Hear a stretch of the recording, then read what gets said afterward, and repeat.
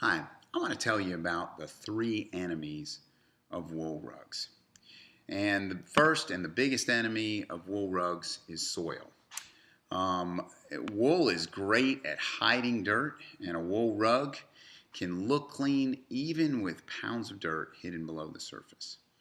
That dirt, which contains tiny razor sharp particles of sand and grit, it's destroying your rug every time you walk across it.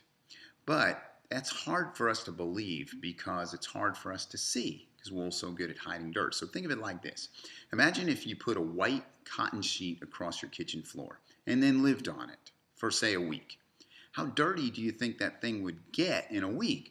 Well, most people are going to agree it's going to get filthy and it's going to look horrible. You're going to see every little speck and every little drip of dirt because a white sheet hides nothing. So think about this. That same amount of dirt is going to get on a wool rug, but because it's so good at hiding dirt, you can't see it. So it looks clean, and we end up getting faked out because we think it's clean just because it looks clean. So imagine putting a cotton sheet across your kitchen floor or foyer or family room, and what it would look like after a month or after a year. It would look anything but white. So imagine waiting 3 years to clean that. So thinking of our rugs like that makes it easier for us to not be tricked into believing what we see.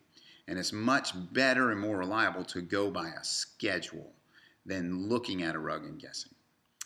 Now, another big enemy of wool rugs is moths. Um, Moths,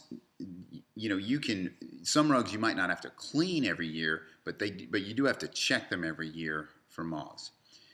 You got to be aware that you can't let them go unchecked, and all wool rugs should be inspected for moth damage at least once a year. As a matter of fact, our next newsletter, I'm going to teach you how to inspect them. And as long as you do that, if you're having your rugs cleaned frequently, you're not going to have a problem. Now, the third biggest enemy of our rugs is pets. We love them, but I always say if you want to know what's the most expensive rug in someone's home, ask the dog. It's the one that they choose to pee on. And even though I'm joking, it really, most of the time, it is true.